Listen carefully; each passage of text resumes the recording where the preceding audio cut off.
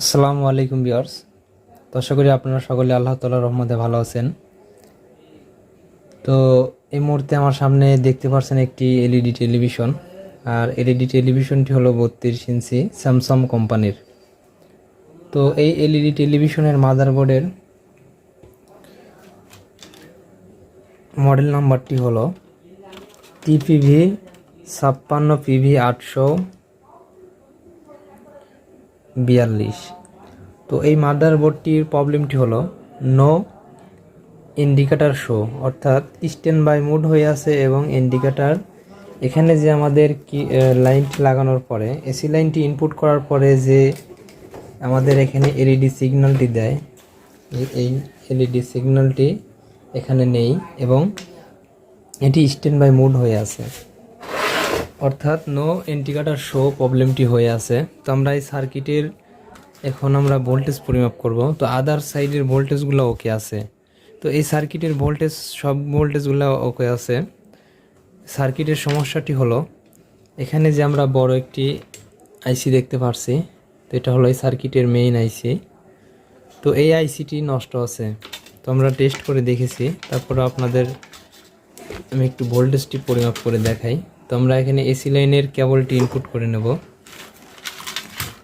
তো এসি লাইনটি ইনপুট করে আমরা এই সার্কিটের ভোল্টেজ পরিমাপ করব।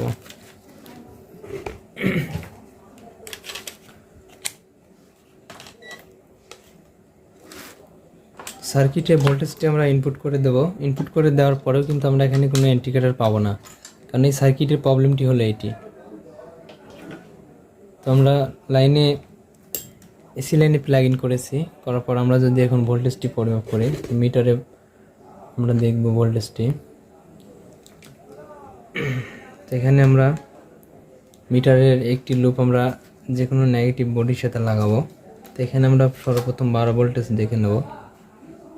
তো আমরা এখানে দেখতে পাচ্ছি 12 ভোল্ট কিন্তু ইনপুট হচ্ছে, আউটপুট মেইন ভোল্টেজ। তো আমরা এখানে একটি কয়েল আছে, তো এখানে প্রথম কয়েলটিতে 5 ভোল্ট থাকে। তো আমরা এখানে 5 ভোল্টও কিন্তু ইনপুট দেখতে পাচ্ছি, লাইনটি ওকে আছে। তো এর পাশাপাশি একটি রেগুলেটর আইসি হয়ে ছোট একটি কয়েল থাকে। তো ছোট একটি কয়েলে ওখানে ভোল্টেজটি ইনপুট হয় 1.2 ভোল্ট। তো আমরা যদি ভোল্টেজটি দেখি, তো এখানেও কিন্তু 1.2 ভোল্ট আমরা দেখতে পাচ্ছি, ঠিক আছে। তো এখন আমরা এই সাইডে একটি মসফেট লাগানো আছে, হয়তো ক্যামেরাতে ভালো বোঝা যাচ্ছে না। এখানে যে মসফেটটি থাকে, তো আমরা মসফেটের ভোল্টেজটি পরিমাপ করব। তো মসফেটের ভোল্টেজটি কিন্তু আমরা দেখতে পারবো যে এখানে 5 ভোল্টেজ ইনপুট হয়ে 3.3 ভোল্টেজ আউটপুট হবে। তো এখানে ইনপুট ভোল্টেজ হয় 5 ভোল্ট, এই সাইডে 5 ভোল্ট কিন্তু আমরা ইনপুট পাবো। 5 ভোল্ট ইনপুট আছে এবং আউটপুট 3.3 ভোল্ট। তো আমরা এখন যদি মেমোরি আইসিতে ভোল্টেজটি পরিমাপ করি, তো এখানে মেমোরি আইসিতে 3.3 ভোল্টেজ কিন্তু আমরা পাবো। তো এখানে মেমোরি আইসির ভোল্টেজটিও কিন্তু ঠিক আছে। তারপরে এই সার্কিটে স্ট্যান্ড বাই প্রবলেমটি আছে এবং নো ইন্ডিকেটর যে প্রবলেমটি এটা আছে। তো আমরা এখন এই সার্কিটের যেহেতু এই মেইন আইসিগুলো চেঞ্জ করাটা একটু মানে ঝামেলার ব্যাপার, তো অন্য আইসি কিন্তু মেলে না। তো অনেক পুরাতন বোর্ডের ক্ষেত্রে দেখা যায় যে অন্য মাদারবোর্ডের আইসি লাগানোর ফলে, তো আইসিটি কিন্তু লাগালে আমাদের প্যানেলের রেজুলেশন এবং এই সার্কিটের বিভিন্ন দিক প্রবলেম ফেস করতে হয়। তো আমরা কি করব, এই সার্কিটটি আমরা চেঞ্জ করব। তো সার্কিটটি আমরা চেঞ্জ করে আর একটি সার্কিট লাগাবো। তো আমার কাছে একটি পুরাতন সার্কিট আছে, তো আমি এই সার্কিটটি এখানে লাগাবো। তো এই সার্কিটের মডেল নাম্বারটি হলো TP.V56.PB801। তো আমি এই বোর্ডের পরিবর্তে ইনস্টল করব। তো আমার কাছে যেহেতু পুরাতন একটি বোর্ড আছে, তো আমার কাছে যে পুরাতন বোর্ডটি আছে, এই বোর্ডের প্রবলেমটি হলো পাওয়ার সাইডের পার্টসগুলো একদম পুরো নষ্ট হয়ে গেছে। তো আমরা এই বোর্ডটি রিপেয়ার করব। রিপেয়ার করার পরে আমরা এই বোর্ডটি এই এলইডি টেলিভিশনে সেট আপ করে দেখব। তো চলুন দেখা যাক আমরা কিভাবে এই বোর্ডের পাওয়ারটি ঠিক করতে পারি।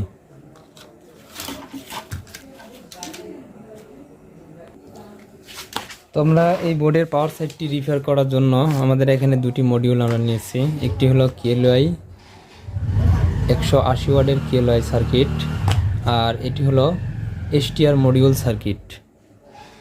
তো এটা হলো DS0088 এসটিআর মডিউল সার্কিট। এটা হলো মূলত 5 তারের হয়ে থাকে, আর এটা 180 ওয়াটের কেএলওয়াই, তো এটি 3 তারের হয়ে থাকে। এই সার্কিটে আমরা কেএলওয়াই বোর্ডটি ইনস্টল করব। ইনস্টল করার পরে আমরা ভোল্টেজটি পরিমাপ করে দেখব যে কেএলওয়াই দিয়ে আমাদের কত ভোল্টেজ আউটপুট পাই। তো তারপরে আমরা আপনাদের মাঝে দেখাবো যে এই ধরনের বোর্ড যেগুলো পাওয়ার সাইড নষ্ট হয়ে গেছে, তো ওই বোর্ডগুলো কিন্তু আপনারা সহজেই এই কেএলওয়াই 180 ওয়াট ভালো মানের কেএলওয়াই লাগালে কাজ হবে। এবং যদি কেএলওয়াইতে ভোল্টেজ বেশি হয় বা আপ ডাউন করে, তাহলে আপনারা কিন্তু এই এসটিআর মডিউল সার্কিটটি লাগিয়ে সহজেই এই ধরনের নষ্ট বোর্ড কিন্তু রিপেয়ার করে নিতে পারেন। চলুন শুরু করা যাক কীভাবে আমরা এই কেএলওয়াই বোর্ডটি বোর্ডে ইনস্টল করি। তো আমাদের কেএলওয়াই বোর্ডটি ইনস্টল করার জন্য আমাদের এখানে যে একটি পিসি দেখতে পাচ্ছেন, তো আমাদের এই পিসির কিন্তু একটি লেগ আমরা ওপেন করেছি। তো পিসির একটি লেগ দেখতে পাচ্ছেন, এই যে আমরা ওই পাশের লেগটি আমরা ওপেন করে নিয়েছি। অর্থাৎ পিসির সামনে যে একটি ডট আইকন থাকে, এই ডট আইকন সোজা যে একটি লেগ আছে, এই লেগটি অবশ্যই এই পিসিবি বোর্ড থেকে ওপেন করে নিতে হবে। তো এখানে আমরা পিসিবি বোর্ড থেকে এই পিসিটি ওপেন করে নিয়েছি। আর এখানে আমাদের যে মেইন ক্যাপাসিটার আছে, মেইন ক্যাপাসিটারের নেগেটিভ দেখতে পাচ্ছেন, এই নেগেটিভ এবং যে ট্রানজিস্টরটি ছিল এখানে, ট্রানজিস্টরের যে হিট সিন সহ থাকে। তো এখানে আমাদের এই কেএলওয়াই সার্কিটের ওয়ারিংয়ের যে তারগুলো আছে এগুলো লাগাতে হবে। তো আমরা কেএলওয়াই বোর্ডটি খুলে নেব।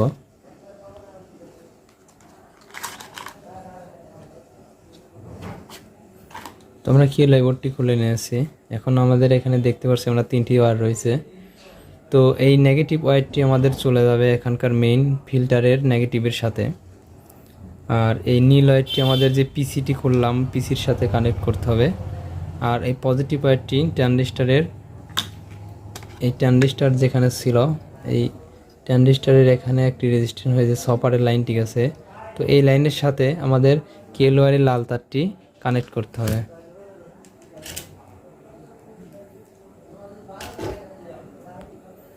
তো আমরা সর্বপ্রথম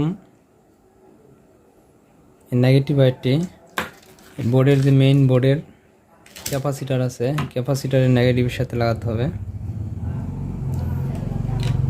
তোমরা কেএলওয়াইয়ের নেগেটিভ কালো তারটি আমরা এখানকার মেইন ফিল্টারের নেগেটিভের সাথে লাগিয়ে দেব। এবং এই লাল ওয়্যারটি এখানে আমাদের যে ট্রানজিস্টরটি নষ্ট হয়ে গেছিলো, এই ট্রানজিস্টরটি আমরা এখান থেকে উঠাই ফেলছি। তো এই ট্রানজিস্টরের আমরা মিডিল পিনের সাথে এখানে যে হিটসিন পেপার থাকে, তো এটা মিডিল ইসের সাথে আমাদের এই লাল ওয়্যারটি লাগাতে হবে, অর্থাৎ ছপারের যে লাইনের সাথে। আর এই নীল ওয়্যারটি আমাদের যেখানে পিসির একটি লেগ যে আমরা খুলে রেখেছি, তো পিসির একটি লেগের সাথে আমরা ওই নীল ওয়্যারটি কানেকশন করব। তো অবশ্যই কিন্তু ওই নীল ওয়্যারটি ব্যবহার করতে হবে, তা না হলে কিন্তু এলইডি সার্কিটটি যখন আমরা রিমোট দিয়ে স্ট্যান্ড বাই মোডে রাখবো, তখন কিন্তু হাই ভোল্টেজ হয়ে সার্কিটের অন্য অন্য সাইড কিন্তু নষ্ট হতে পারে এবং প্যানেলে ভোল্টেজ অতিরিক্ত যে প্যানেলটি কিন্তু খারাপ হয়ে যাওয়ার সম্ভাবনা থাকে। তো অবশ্যই নীল ওয়্যারটি লাগাতে হবে। তো এখানে কানেকশনটি আমি ভালো করে দেখিয়ে দিচ্ছি। তো তিনটি ওয়্যারের মধ্যে কেএলওয়াইয়ের 3টি ওয়্যারের মধ্যে নেগেটিভ ওয়্যারটি আমাদের, অর্থাৎ কালো ওয়্যারটি এই ফিল্টারের নেগেটিভের সাথে লাগবে এবং এই নীল ওয়্যারটি পিসির অপোজিট পাশের একটি লেগ ওপেন করে আমাদের নীল ওয়্যারটি লাগাতে হবে। আর এখানকার লাল ওয়্যারটি যে আমাদের এখানে যে ট্রানজিস্টরটি থাকে এর মিডিল পিনের সাথে লাগাতে হবে। তো আমরা এখানে লাইনটি এখন এসি লাইনটি ইনপুট করব। তো এসি লাইনটি ইনপুট করে আমরা ভোল্টেজ পরিমাপ করে দেখব যে কত ভোল্টেজ দিচ্ছে। তো যখনই আপনারা এই 3টি ওয়্যার লাগবেন, তখন কিন্তু এখানে যে ভিআরটি থাকে কেএলওয়াইয়ের, এই ভিআরটি আর কোনো কাজ করবে না। তো আমাদের এই ভিআরটি ঘোরানোরও কোনো প্রয়োজন হবে না। তো তোমরা এই সার্কিট থেকে তোমরা পুরাতন যে সার্কিটটি, এই সার্কিটের আমরা এলইডির কানেকশনটি খুলে নিলাম এবং পাওয়ার সাইডের কানেকশনটি খুলে নিলাম। তোমরা এলইডির সকেটের স্থানে আমরা কিবোর্ডের লাইন এবং সেন্সরের লাইনটি কানেক্ট করে দিলাম। ওই বোর্ডের কিন্তু এইগুলা। এখন আমরা এসি লাইনের পাওয়ার কেবলটি ইনপুট করে দেব। তো আমরা সার্কিটের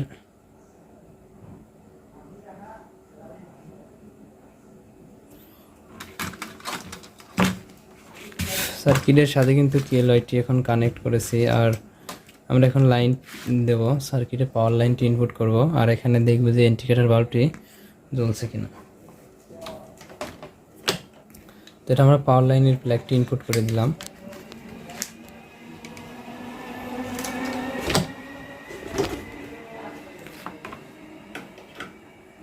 তো পাওয়ার লাইনের প্লাগটি ইনপুট করে দেওয়ার সাথে সাথে কিন্তু এখানে আমরা দেখতে পাচ্ছি এলইডি বাল্বটি কিন্তু জ্বলে গেছে।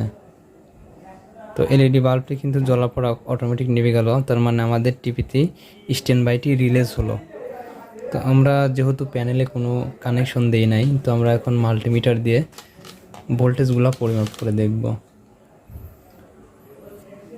তো আমরা মিটারের নেগেটিভ রুটটি যে কোনো নেগেটিভ টার্মিনালের সাথে ধরার পর আমরা মেইন 12 ভোল্টেজ প্রথমে চেক দেব।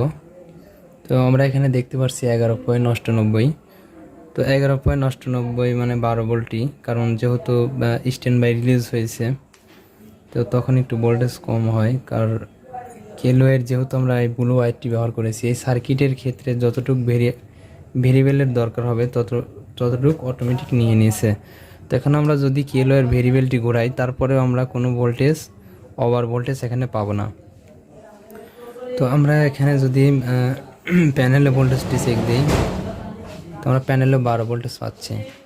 তো আমরা এখন এই সার্কিটটি এলইডির সাথে কানেকশন করব। তো আমরা এই এলইডি টেলিভিশনের সাথে লাগাবো। প্যানেলের কানেকশন লাগিয়ে আমরা দেখব যে টেলিভিশনটি রান হয় কিনা।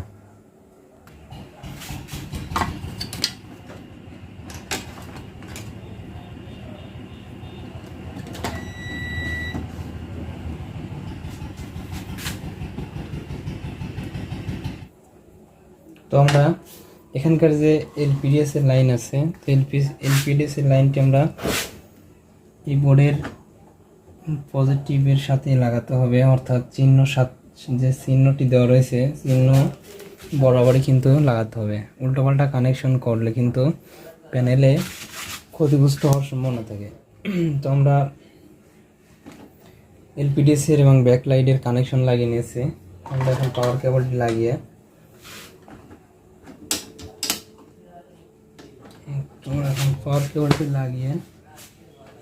আমরা টেলিভিশনটি রান করে দেখব।